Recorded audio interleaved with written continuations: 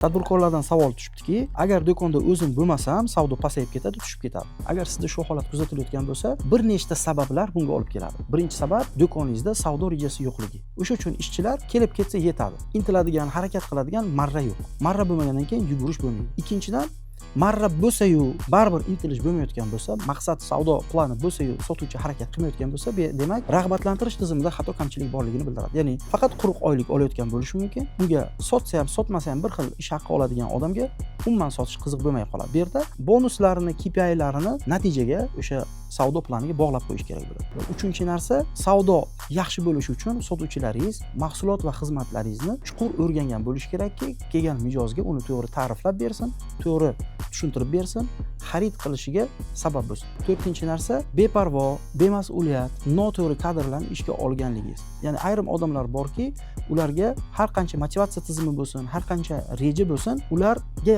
qiziq emas. Misol deylik, daromad qilish, ko'proq pul topish qiziq emas. Sababi oilasida hamma narsa yetarli, katta bir maqsadlari yo'q o'zini. Ya'ni siz sotuvga noto'g'ri odamni olib qo'ygansiz. Mana shu muammolarni bartaraf qilishingiz siz bo'lmagan paytda ham savdoni oshishiga, planlar bajarilishiga sabab bo'lishi mumkin. Ushbu video sizga ma'qul kelgan bo'lsa, obuna bo'ling.